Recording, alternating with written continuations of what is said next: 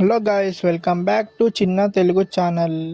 ఇక చాలా రోజులు అయింది మా ఇంటికి వెళ్దాం అనుకుంటున్నా, వెళ్ళలేదు. వెళ్ళిన ఇక కిరాయిలకి ఇచ్చి మా చుట్టాలను నమ్ముకొని కిరాయిలకి ఇచ్చి ఇల్లంతా ఖరాబ్ చేసుకున్నాం మేము. ఇక మొత్తం ఇల్లంతా నీట్గా చేసి నేను మమ్మీ కలిసి ఇంటికి పెయింట్ వేసినాం. ఒకసారి ఇంటికి వెళ్తే మా డాడీ మమ్మీ మేమంతా కలిసి ఒక్కసారి కళ్ళలో తిరిగింది.